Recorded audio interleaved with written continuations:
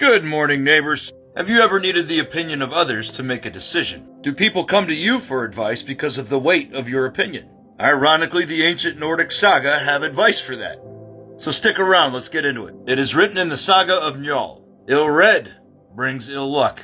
First, we need to understand ill-read. R-E-D-E. It means advice or counsel. Ill advice or counsel brings ill luck. It's a warning that some advice can be dangerous. This implies a responsibility when disseminating advice, one that's often overlooked. Manipulations are often masked as advice. Now then, if someone comes to advice, you could very well have their fate in your hands. That's a lot of trust that shouldn't be overlooked. Advice can quite literally change a person's viewpoint on relationships, religion, everything. So be careful who you give your trust to when asking for advice. When I reflect on this, the old saying of keep friends close, but enemies closer. You might be walking into an advice ambush and not even know it. I wanted to make this video because in modern times and in the age of the internet, well, let's just say advice is thrown out like birdseed at a wedding. No regard of the damage it could do. Sometimes a gateway drug for manipulations, honey trap. Advice where the first one is free, but the next one's gonna cost you.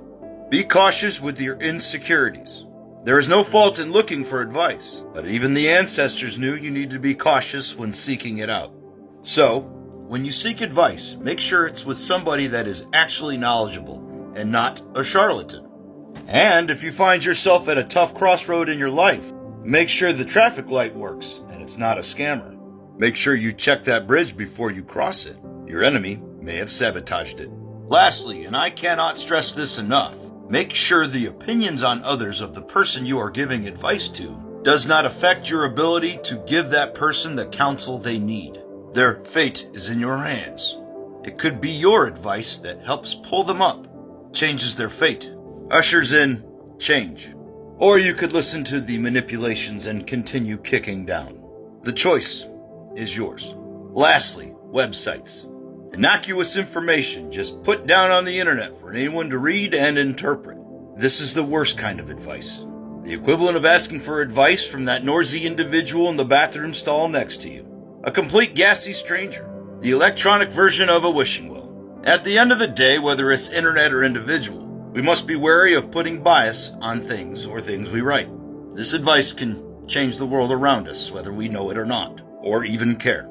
Ill-read brings ill luck, neighbors. Be safe out there. And until next time. Acha-cha-cha-cha.